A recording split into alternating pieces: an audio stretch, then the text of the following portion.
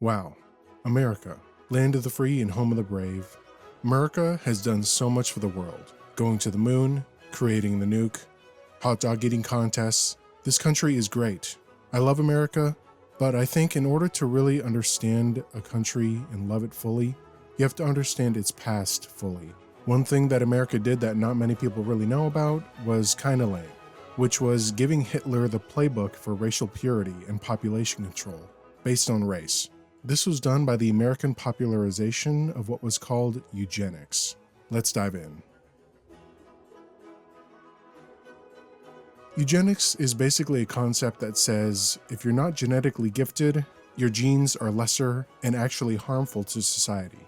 No one wants inferior genes. Society doesn't want that. And you shouldn't be allowed to have kids or marry someone who isn't pure, lest you taint their beautiful genes. Sounds pretty Third Reich-ish. Well, this concept, unfortunately, was as American as apple pie. The biologist who made this concept wanted to improve society. It was logical and it was thought out, but messed up and flawed. To these biologists, it made sense. Let smart people make more smart people, and don't let bad people make more bad people. For society's sake, right? Makes sense. The issue came is when the people who were deciding what was bad started to classify races as either good or bad.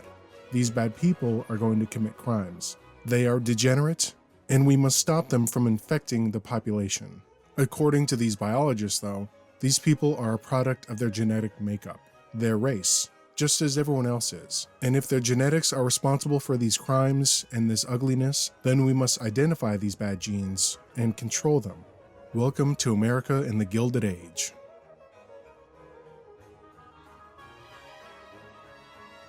In the 1850s, this homie named Charles Darwin made a theory of evolution after looking at some birds and some lizards and some tortoises in a bunch of islands in the middle of the ocean. He busted out the science world and basically threw a wrench in the current belief system. People were like, Charles, are you saying that we came from monkeys? And Charles was like, kinda. This was such a compelling argument that scientists around the world started to accept evolution, and they actually wanted to have evidence to back up this new Darwin monkey theory. This one particular biologist named Charles Benedict Davenport started to look at the biological evidence and come up with his own conclusions.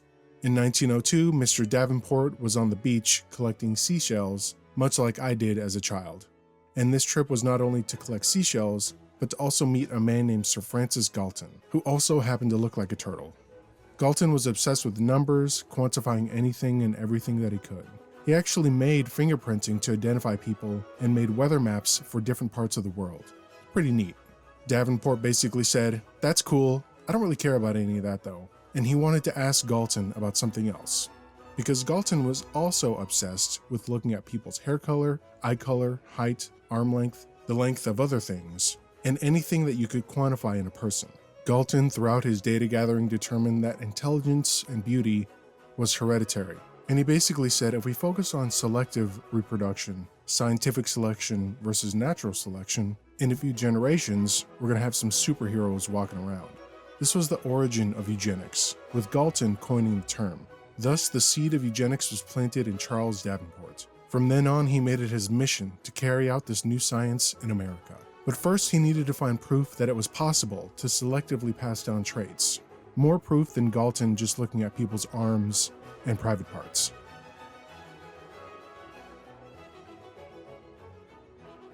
Davenport got funding to do this research, and he went to one of the best places suited for studying genetics, the beautiful Long Island.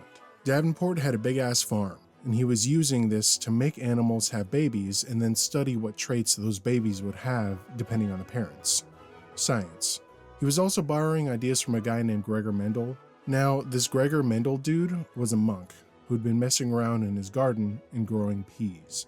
But he found out that if you put certain types of peas together, you could predict how their offspring would look based on the characteristics of the parent peas. Color, shape, size, whatnot. And this was called the Mendelian ratio. It was basically a simple equation that was about combining characteristics and getting a result. And Davenport made this ratio the basis of his research. Lo and behold, it worked.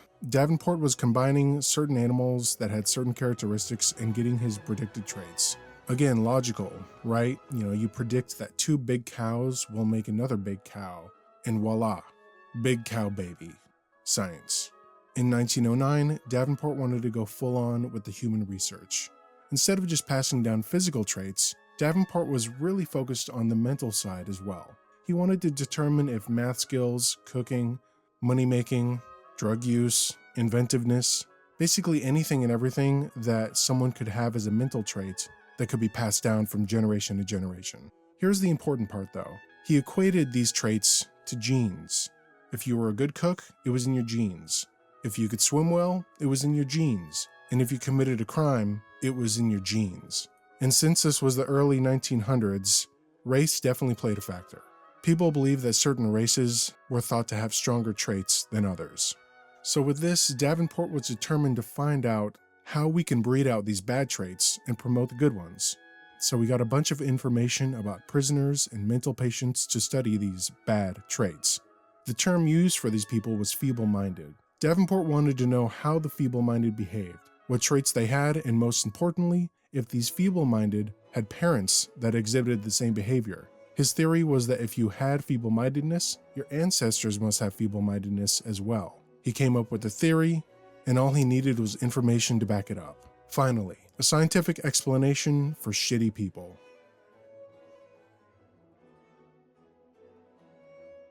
Now, there's a lot of flack that eugenicists get for a good reason, but their motivation from the very beginning was from a positive place. They wanted to stop crime, they wanted to stop disease, and even lift everyone up into the American dream. We're in this together type of mentality. Let's stamp out that nasty stuff. And Charles Davenport was like, we can stamp that nasty stuff out with science. So Davenport needed to study the feeble-minded people. So he went to the one place in America with the most feeble-minded people per capita, New Jersey. He got in contact with a dude named Henry Goddard, the director of a school dedicated to taking care of those poor New Jersey-minded people. Goddard happened to be interested in Davenport's idea of eugenics and weeding out this feeble-mindedness.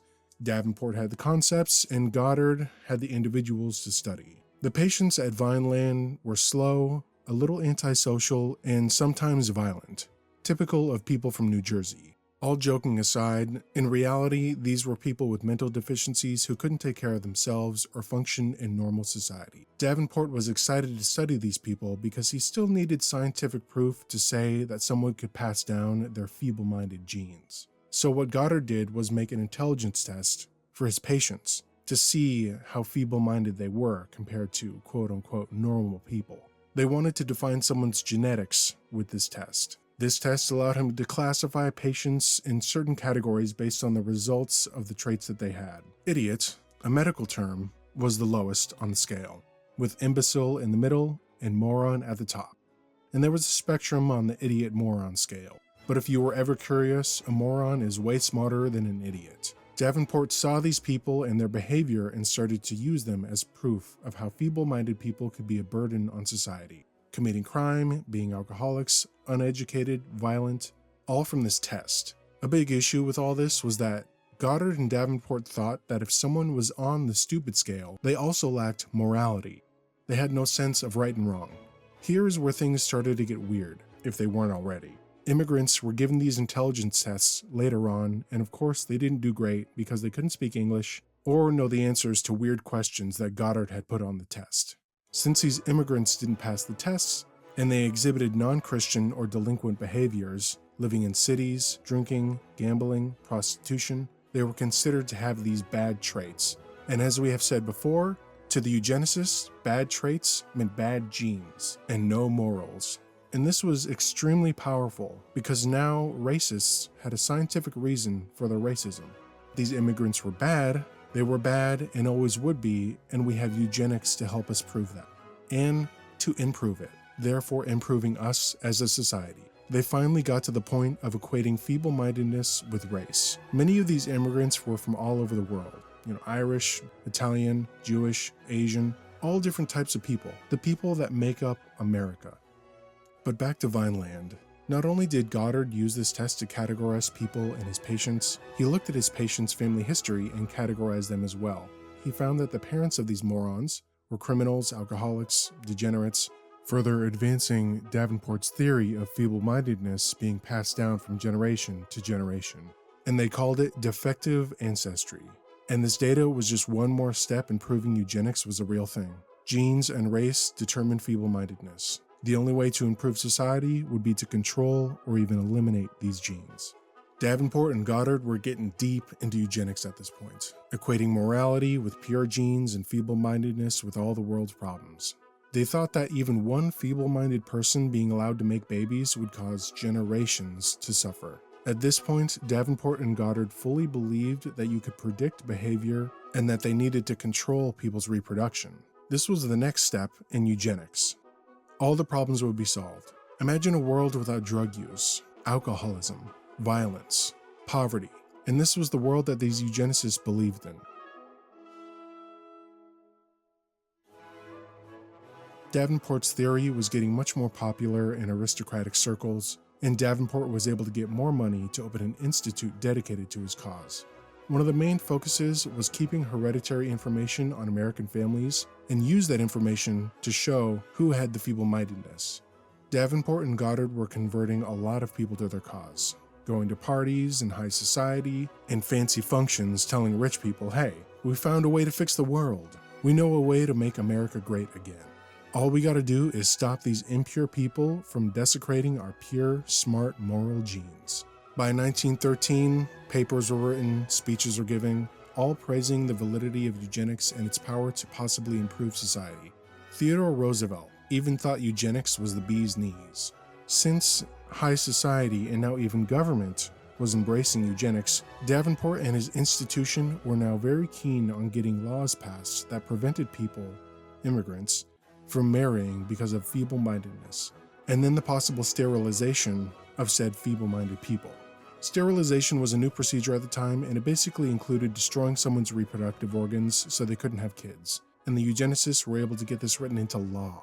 64,000 Americans were sterilized because of these laws. This was America. Laws written to discriminate and control those deemed lesser. This wasn't some crazy place. This was one of the most forward-thinking, powerful nations in the world, controlling their population and deciding how they should live. Is this starting to sound like something?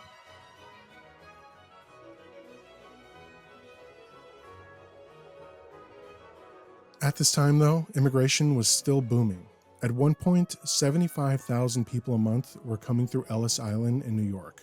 We were becoming the melting pot. And just like people being upset about immigration today, there were many people who were not happy about it then, spouting very similar arguments as well. Charles Davenport being one of them. He wrote to a friend, "Can we build a wall high enough around this country so as to keep out these cheaper races?" Sound familiar? These believers in eugenics were so concerned about these immigrants outnumbering them. They thought, how can we let these others with their lesser genes come into this country and replace us? Immigration was a very concerning thing to one of Davenport's friends. His name was Madison Grant. He basically was a rich dude who was worried about racial purity, and he wrote a book about race. And this book had a large, far-reaching impact. Madison actually invented the concept of Nordic people, of this pure, tall, blonde, blue-eyed people.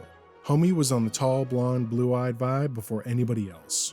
He believed that these Nords were the most recently evolved humans, therefore the most pure and superior. Although superior, their pure traits were still very fragile and could be damaged by the scary, impure, in his words, primitive people traits. He believed that these primitive, inferior genes would overcome the superior, recently evolved genes of these Nordics. It was an invasion of genetics. You could be Mediterranean, you could be Jewish. God forbid an African American and a Nordic person were allowed to have a child, according to Madison Grant, because those pure blonde hair, blue-eyed traits would be sullied. You see where this is going? Eugenics went from allowing the best genes to be passed on to only allowing the best race to survive. Long story short, they were able to convince people in Congress to pass laws that prohibited immigration based off of, you guessed it, race. It was called the Emergency Quota Act of 1921. 97% of immigrants were not allowed into America during this time. Guess who was also in this group that couldn't immigrate to America? Jewish people. Remember that. And this was in the 1920s, so right before a certain big world event was about to happen. Many people in America supported this ban on immigration, and the eugenicists launched a massive propaganda campaign that advocated for a permanent immigration ban, basically taking away what made America, America. There's one thing I love about America is that it is the world. It is every single person, every single race, every single culture, all mixed into one. There's never been a society like this before, and it's so beautiful. It's so amazing. It might be imperfect, but that's why it's perfect. And to me, that's what makes it special. But to the eugenicists, it's what made it impure. This propaganda campaign was very powerful because for almost 20 years, the eugenics people had been collecting data about criminality, insanity, drug use, stupidity, using these numbers gathered to say, hey, these people from this part of the world are worse for society. Here are the numbers to prove it. With that, and the combination of evolutionary ideas, Davenport's theories, information gathered from intelligence tests, Madison Grant's theories on pure race, the American people and the government were convinced it was time to halt immigration for good. In 1924, Calvin Coolidge signed a sweeping anti-immigration bill into law. The eugenicists had won. After it was passed, a congressman said, "America will now be home to the great people, English-speaking, a white race with great ideals, the Christian religion, one race, one country, one destiny."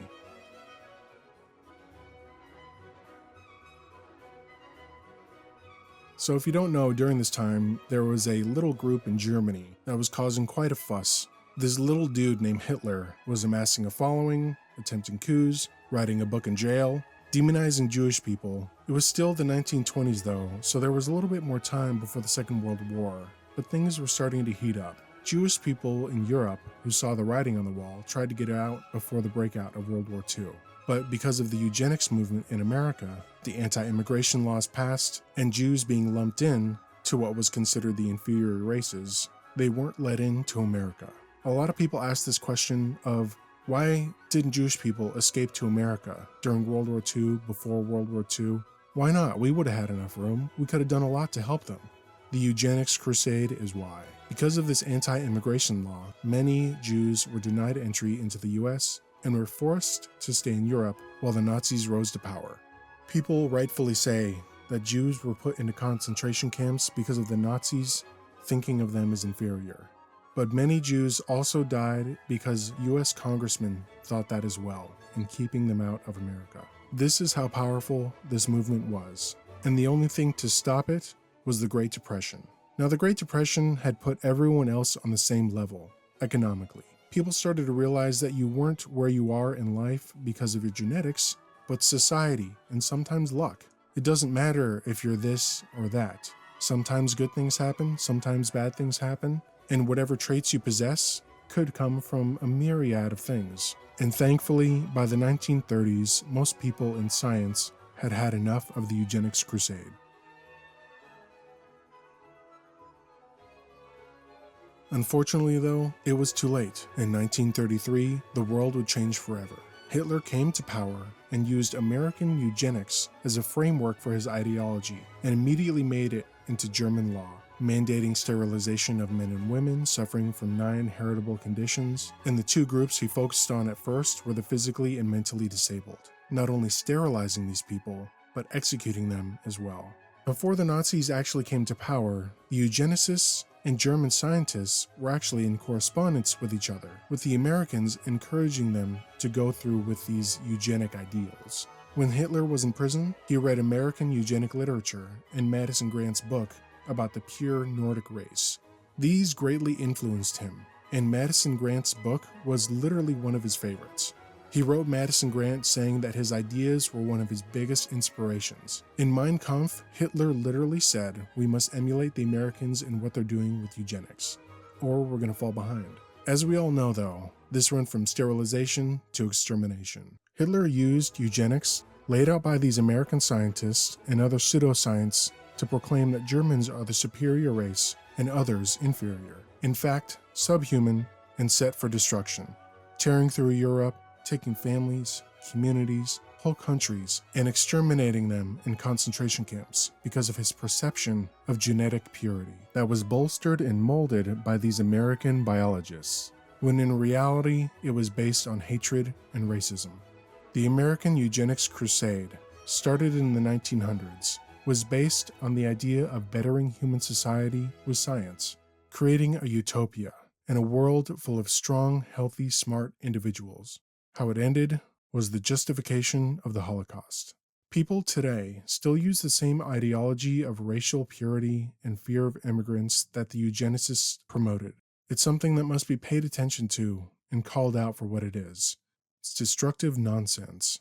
No matter how good your intentions are, how pure you want to keep something, we are still capable of the worst behavior humanly possible.